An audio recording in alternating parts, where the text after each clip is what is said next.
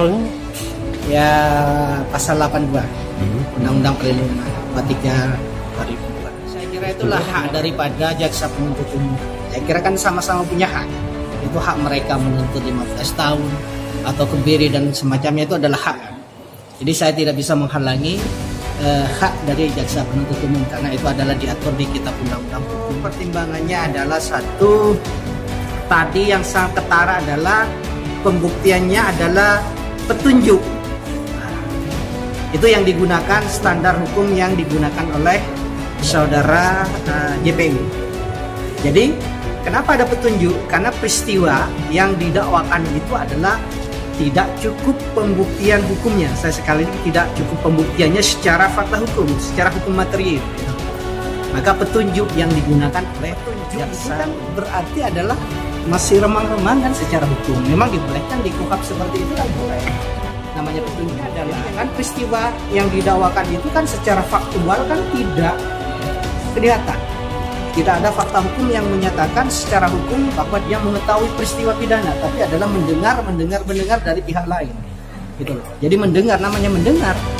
Saya kira kan sangat subjektif sekali kan begitu. Artinya kan dia kan mendengar dari orang lain, tidak melihat peristiwa hukumnya. Makanya yang digunakan standar hukum kan ada yang memberatkan. Saya kira adalah penyangkalan daripada terdakwa di muka persidangan terhadap apa yang didakwakan. Itu yang salah satunya itu. Jadi banyaklah pertimbangan jaksa itu menuntut 10 tahun seperti itu. Itu saya kira hak, saya tidak bisa menghalangi jaksa menuntut sedemikian rupa. Itu adalah hak hukum yang tidak mungkin toh jaksa tidak menuntutkan begitu, itu hak. Maka kita akan buktikan nanti di pembelaan seperti apa kan begitu. Kan sama-sama punya hak hukum kan begitu. Jadi terdakwa punya hak hukum untuk membela dengan kerangka hukum. Jadi kerangka hukum sudah saya sampaikan beberapa komentar yang kemarin. Jadi benar ternyata. Jadi alasan hukum yang digunakan JPU adalah petunjuk kan begitu. Jadi dakwaan pertama. Denda ada 100 juta rupiah subsidi. Nanti kita akan bela secara kerangka hukum dengan fakta-fakta hukum yang muncul di muka persidangan. Saya kira itu yang sangat menarik adalah yang digunakan adalah alat bukti petunjuk. Karena kenapa? Karena tidak ada satupun alat bukti di muka persidangan yang terbukti secara nyata dan sah secara hukum. Itu petunjuk. Memang petunjuk bisa digunakan sebagai alat bukti, tapi petunjuk itu kan, mohon maaf, itu kan dari sisi hukum adalah alternatif terakhir dalam proses pemidanaan untuk mempidana seseorang. Makanya kita besok akan paparkan fakta yang sebenarnya seperti apa. Makanya akan saya sajikan pembelaan dari saudara Pak Hari nanti di muka persidangan. Tentu apa yang disajikan terdakwa nanti itu adalah akan dipertimbangkan oleh hakim. Karena kenapa? Kan sama-sama menyajikan secara hukum. Jadi JPU sudah menuntut 10 tahun kan begitu, itu kan sajian hukum kan begitu. Tapi kita akan menyajikan sajian hukum juga. Mana yang diambil sebagai dasar hukum pemidanaan oleh hakim? Kita lihat aja nanti seperti apa. Apakah dasarnya adalah yang dipakai oleh kerangka hukum dari kita, hakim, apakah adalah sangat objektif? Saya kira akan mengadili perkara ini. Kalau saya selaku penasihat hukum tentu sangat subjektif, juga jaksa sangat subjektif, tapi kalau hakim objektif, saya kira harus objektif.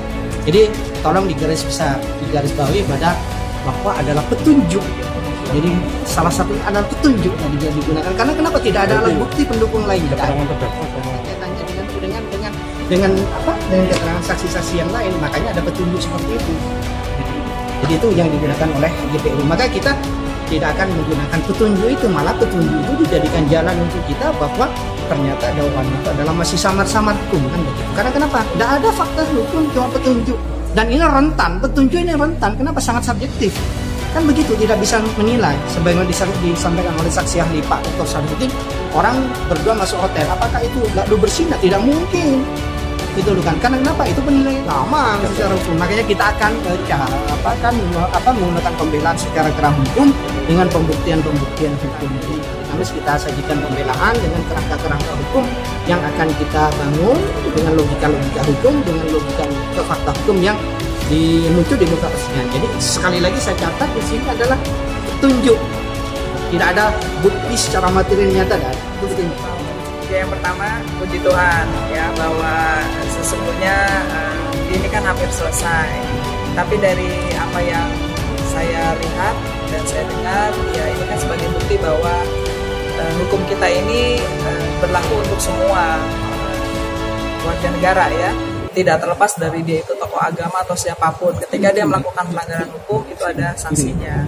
Dan di sini sangat jelas bahwa memang dari kasus-kasus yang bergulir selama ini terkait masalah pelecehan atau kekerasan seksual pada anak di bawah umur yang dilakukan oleh tokoh-tokoh agama, ya kita cukup miris juga. Tapi di sini kita melihat bahwa aparat penegak hukum bertindak sangat tegas, tidak memandang dia siapa pelakunya.